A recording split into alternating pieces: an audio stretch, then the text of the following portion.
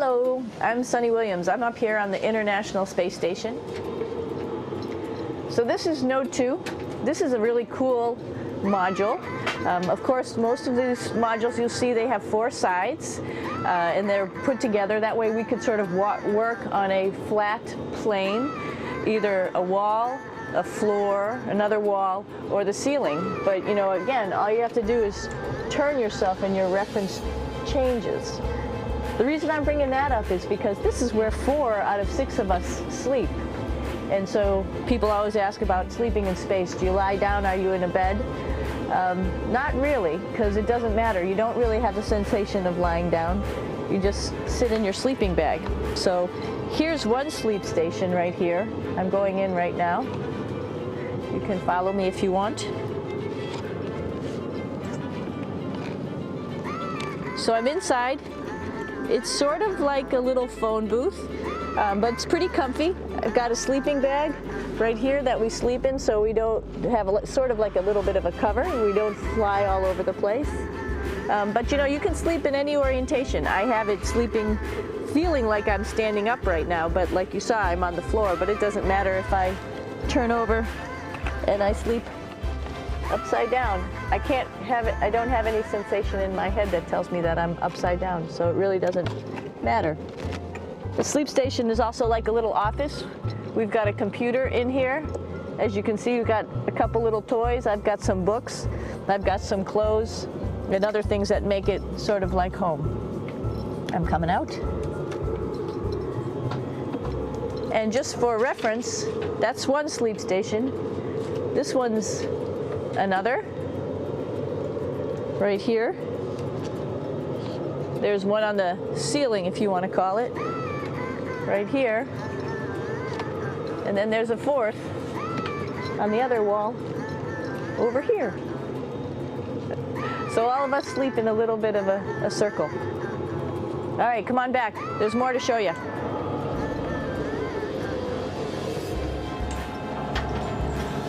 I know that there's some questions about how to use the bathroom and how do you actually live in space like normal, like at home. I mentioned real quickly about getting up in the morning and brushing your teeth and washing your face. Well, how do you do that? Well, here is the bathroom, essentially. You get up in the morning and we have a little kit and it has all the essential things that you need, like your toothbrush and toothpaste and brush. See how much better the brush makes my hair look?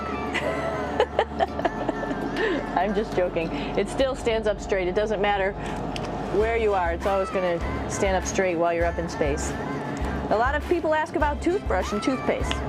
So, luckily enough, toothpaste, you can do it upside right this way, is sticky, and so it sticks to your toothbrush. No problem. Another cool thing is that water sticks to your toothbrush too. If you can see it, I'll have some water come out. The water is pretty neat up in space. It'll stick to your toothbrush and it will make a big bubble.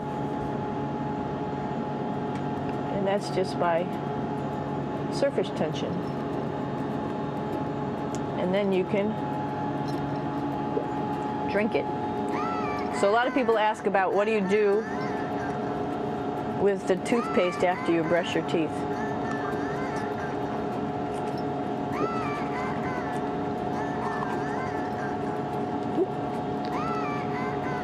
Two options. Swallow it, and it's sort of like mouthwash, but it tastes a little gross. Or you can just spit it out in a paper towel, and then you don't have to worry about it. Swallowing thing I wouldn't recommend at home.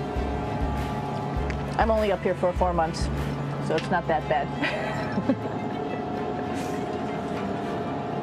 One of the most pressing questions about living in space, of course, is the bathroom. So let's take a look at that little piece of work. Come on in.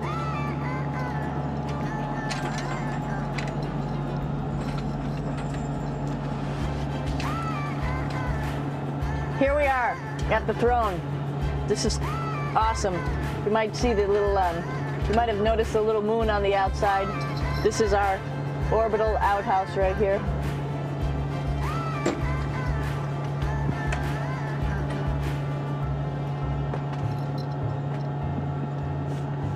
And of course, it serves for two functions. Number two, right here. I'll show you. But you see it's pretty small, so you have to have pretty good aim, and you'll be ready to make sure things get let go the right direction. And it smells a little bit, so I'm closing it up. And that's of course for number two. And this guy right here is for number one. So they're sort of two slightly separate functions, but you can do a little, essentially both, by hanging on right here and doing number one and number two.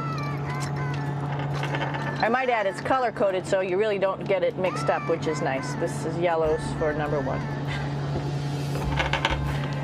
And also there's a selection of paper.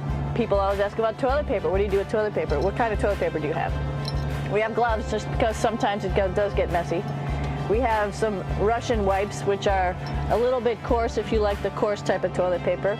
We have some nice tissues, which are nice and soft if you like soft toilet paper. We have Huggies, just for any cleanup. You know, we were all babies once, and this sort of helps. And then if things get really out of control, we have disinfectant wipes, just to make sure we clean up here. Because, you know, just like the water I showed you, the number one stuff can sort of go all over the place if you don't aim correctly. And did I mention both of these have a little bit of suction, so they should keep things going in the right direction. But like I said, sometimes things get a little out of control if you are out of control yourself flying around. So we have lots of protective stuff. And of course, you do have your privacy. There's a little door, so other people know that you're in there.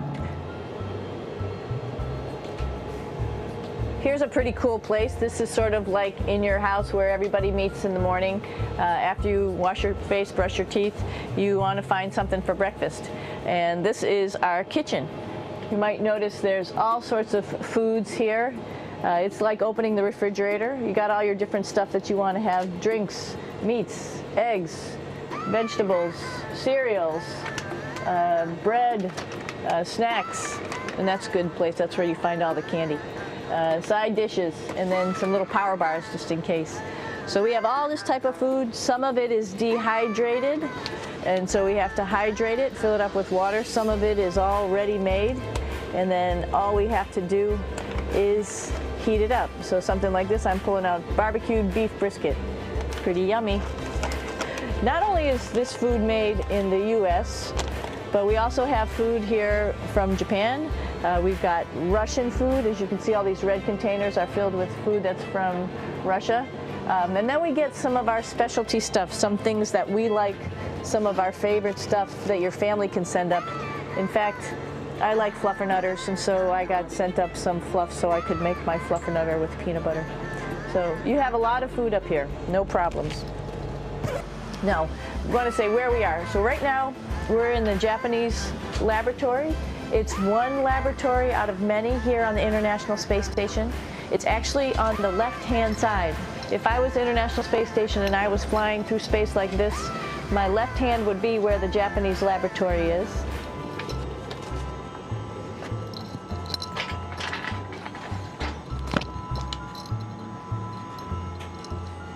So now again, we're on the right-hand side, all the way on the right of the International Space Station. This is Columbus, the European module. It has science experiments all over. You could see it looks a little bit crowded. And here we do a lot of our medical experiments.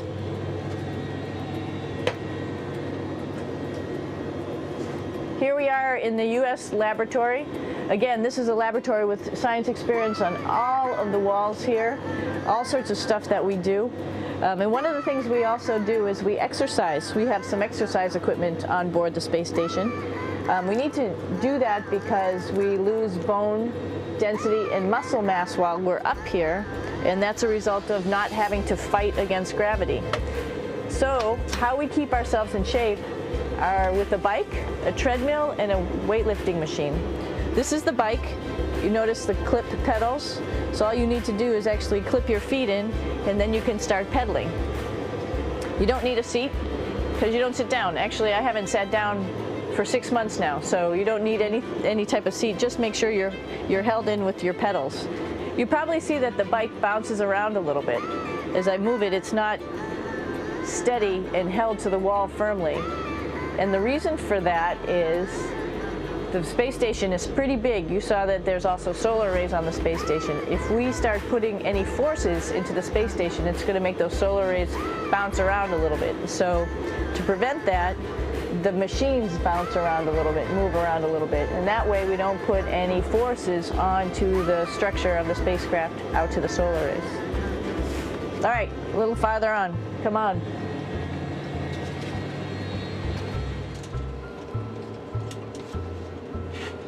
I'm here with my two buddies in the airlock. Actually, these are two spacesuits that are ready, primed up to go outside, as we call it, to go do a spacewalk in case we have to do anything outside. Some of the things we do outside are just like inside, repairs. We have a lot of electrical boxes and machinery and solar arrays, in fact, that I talked about earlier, that are outside, and sometimes they don't work quite right. Remember, space is really cold and really hot, and it's also the vacuum of space with no pressure, and so some of the equipment doesn't work well all the time. So we might have to go out and do a spacewalk. Right behind me is actually the hatch that you go out into space, and right now we have it filled up with a couple other spacesuits because we've got 4 of them up here. And some of our tools, but right behind here is the hatch in which you actually go right outside into the vacuum of space. The spacesuit is pretty big, as you can see. It's like being a football player. Part of the reason it's so big and bulky is because of this backside, this backpack. It's like going on a hike with a backpack, but the backpack and the suit weighs about 300 pounds. Luckily in space, nothing really weighs anything, so you don't feel that it's so heavy. But we need to have such a big suit because that guy back there is essentially the heart of the spacecraft. I call this actually a spacecraft. It has all the oxygen for you. It has all the carbon dioxide removal system for you. It also has a heating and cooling system to make sure to regulate our body temperatures while we're outside. It also has a computer, so it tells you on a display here if there's anything that's going wrong with the suit, if we're running out of oxygen, if we have too much carbon dioxide, or any type of electrical problem. So it's a pretty awesome little spacecraft, and actually got to go out, use my little spacecraft a couple times, and it worked like a charm. Lucky that it works very nice. You might want to see what the helmet looks like. It's pretty cool too. We don't usually go out like this, so you usually can see when the helmet's open. So you can see what it looks like inside. Somebody's little head would be inside of here. So you can see, you can turn your head all the way around while you're inside of there, but the helmet stays still. So that's determines how far you could see. And it's usually pretty sunny out there, so we have to wear our sunglasses, and this is our sunglasses right here, which make you look pretty cool.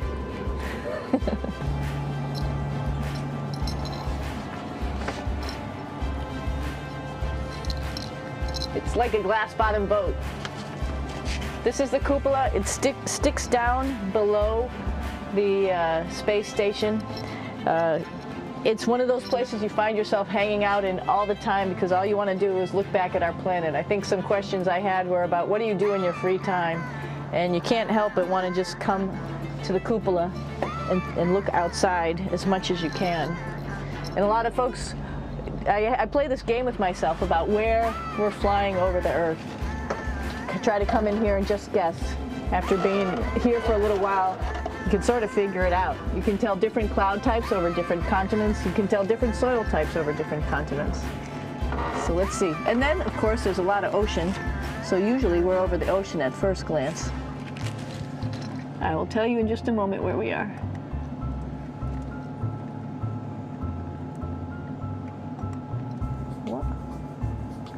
There we go. Oh, right now we are right over Africa. It's a little bit cloudy, as you can tell. So we're right over the continent of Africa. Hey, what's that? I think that's a Soyuz spacecraft. That's the spacecraft that's taken us home to planet Earth today. Oh my gosh. We might have to go take a look at that. That's pretty cool. It's a little bit smaller than the rest of the spacecraft, the space station, so you'll see if we go there, it'll be a little bit more crammed. But we're going, you can look all the way back to the back of the spacecraft, which is where the Russian segment is, and then you could look all the way forward to the front of the spacecraft, where the Japanese laboratory, the European laboratory, and the American laboratory are, and then back to the solar arrays where we started this morning when we were looking out the Japanese window.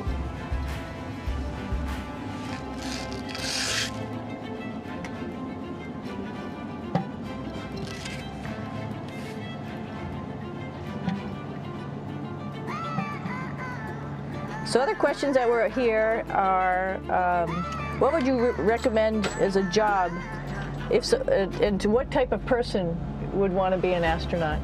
I think people who would like to explore, of course people who like math and science, that's what this is all about. We have people in the office who are doctors, teachers, veterinarians, engineers, pilots, so all sorts of people become astronauts, and I think if you see it's just sort of cool, so I think people who like to do a little adventure and like to do cool stuff probably usually become astronauts. Hey, one thing I didn't show you, or I talked about but I didn't show you, was the exercise, another piece of exercise device, which is the advanced resistive exercise, and that's what this is right here. This is ARED, and you could probably see this bar.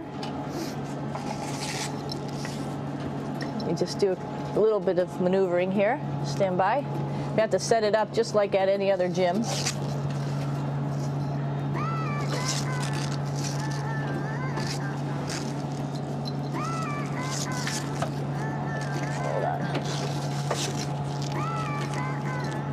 Show you how this works.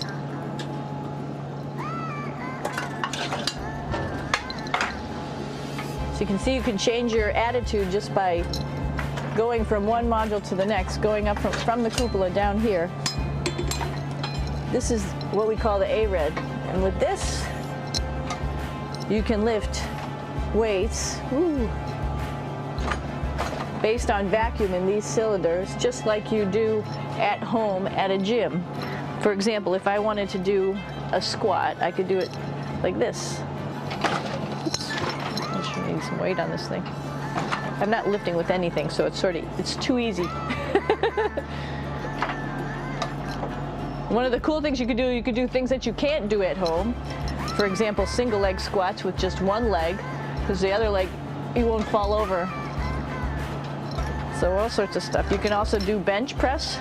We have a bench that we could add on here, so you can work on your beach muscles.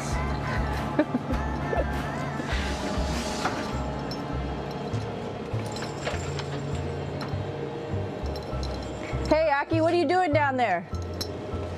Crashing things. This is one of the cool things about space, too. It sort of looks like there's a big old hole here, but you don't even think twice about it. You could just jump over the hole, or if you want, you can go jump into the hole. I'm coming down. Woo!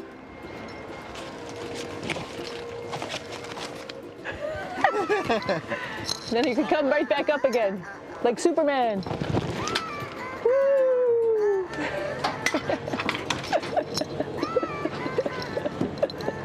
We're lucky we have a really cool big space station that you can fly around in. That's actually called the PMM. You might have saw it out the window. It's a big silver canister. What's really great about that is it's essentially our closet in our pantry, or whatever you want to call it. We have extra food down there, we have extra clothes, we actually throw the trash out down there.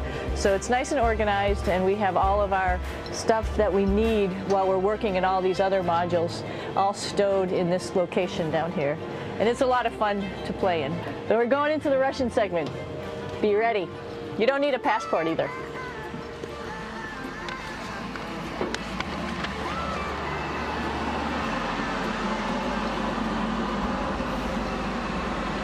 It goes a lot farther back than this. We'll go take a trip and say hello to the boys down there in just a minute. Well, let's do that first, actually, and then we'll go down to the Soyuz at the very end. This is Yevgeny. Hi.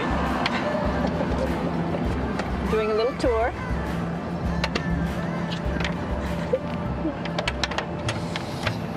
This is the FGB, and what's cool about this module, it is actually the very first piece of the space station that came up in 1998. The space station has been around for about now, manned for 12 years, but it's been up in space for about 14 years. And this was the very first. It is like the Russians' PMM. It has a lot of storage, as you can see.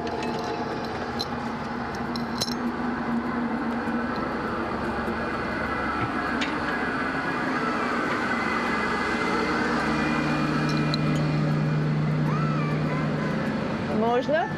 Снимаем. Чуть-чуть.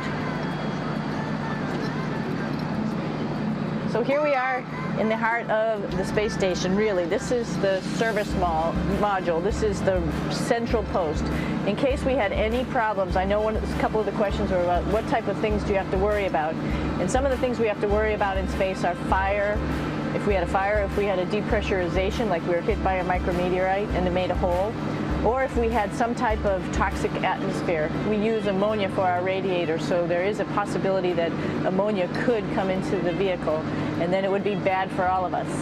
If we have any of those problems, we come right here, which we call the central post. It is the main heart of the space station. It was also the first computers that came up here that ran the space station. And so behind this wall right here are these main computers.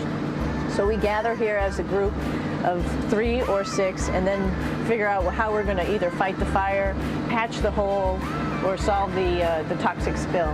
And what's cool about this module, of course, it's the central post. It also has great windows right down toward Earth. It has controls to fly in visiting spacecraft if they need some assistance right here. It has Russian computers as well as American computers to help us control anything we need to on the space station. It's a couple of our crewmates back there, Oleg Novinsky on the right and Yuri Malenchenko on the left. And there's also a second bathroom here, which is really cool because 6 of us going to one bathroom is really tough. And so there's one bathroom here and one bathroom on the other side where I showed you. And you can probably see on the wall behind Oleg and Yuri some of the heroes of the space program. Korolev, Sergei Korolev, who was a chief designer of putting men into space, and of course on the right-hand side, Yuri Gagarin, the first man to go into space. So just reminds us of our roots. Yuri, what are you doing? Что делать? Making coffee. Oh. Black coffee. Yeah. Looks good. Okay. Спасибо. We're going to check out our Soyuz real quick. Make sure it's ready to go. All right, back to the Soyuz.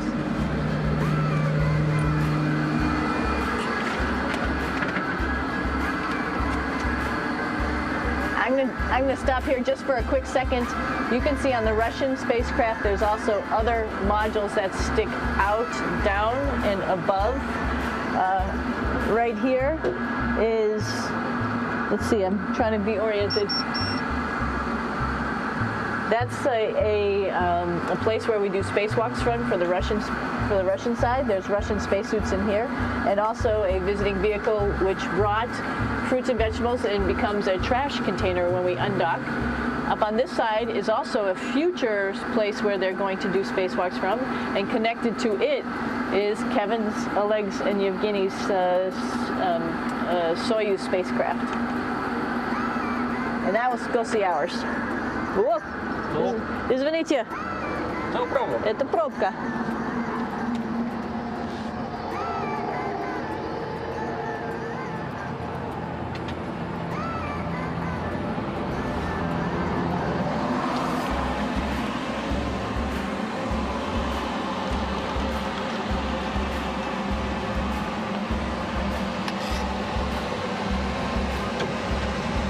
Coming down.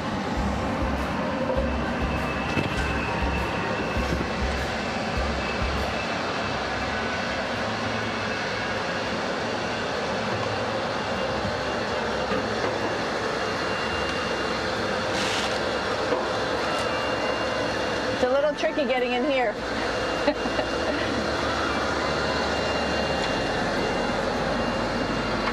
This is the docking probe right here, this big thing.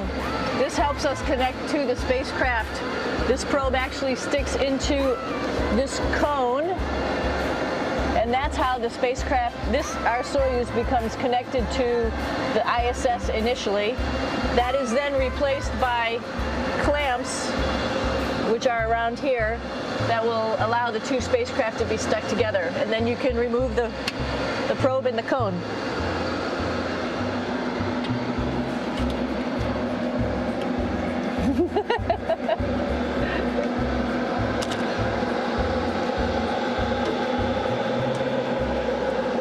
You okay? All right, so here we are in the Soyuz. This is what we call the BEO, the living compartment, Bitovoy Otsek in Russian. It also has a little bathroom. It's not as good as the other bathrooms, so we try not to use it too much. It has drinking water in it if we need something to drink. And then, of course, it's filled up with a lot of cargo for us. Bringing up and also bringing back down. It has a second purpose when it comes back to Earth. It serves as a garbage container. During the descent, we'll get rid of this area right here, and everything that's in it will just burn up as it's coming into the atmosphere, so that way we can get rid of a little bit of trash. But the main area where we were on launch and where we're going to be on descent is down here, because we're not part of the trash. So we're in a safe place. So we're in the descent module, SA. It's a little small, but you can get in.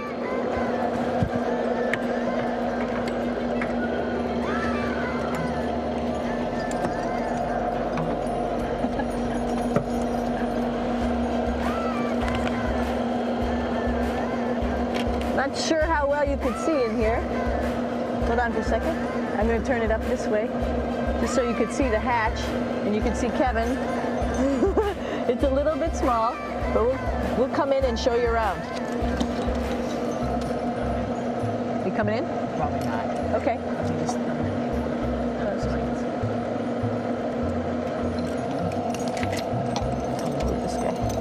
Got to move a couple things. We were just starting to get ready. We're preparing a couple days ago for our ride home. It's a little bit squishy, but everybody asks, how do you sit in the Soyuz? And you sort of sit in your seat like this. The seat is molded to your body, and so you can just sort of squish in here and be pretty relaxed. Everybody has a handmade seat for them. And then, of course, there's a control panel, and that's where we do most of our actions and work right here. There's hand controllers which you can fly the vehicle with, and there's a stick right here primarily used for communications when we're trying to talk to the ground.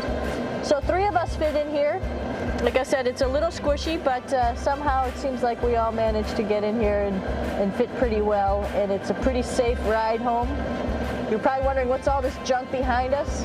Well, it's all of our parachute, first of all, and then it's all of our survival gear, just in case we end up landing in some strange place on the planet and nobody's there to rescue us right away. We have all sorts of survival gear You like the with video? us, Do keeping not us forget to safe in subscribe here. to the channel. So they've pretty Turn much on the done notification everything. to be the first to know about the we'll be release home on the of a new planet one. within the Thank you next for 12 watching. hours. See you Pretty soon. shocking.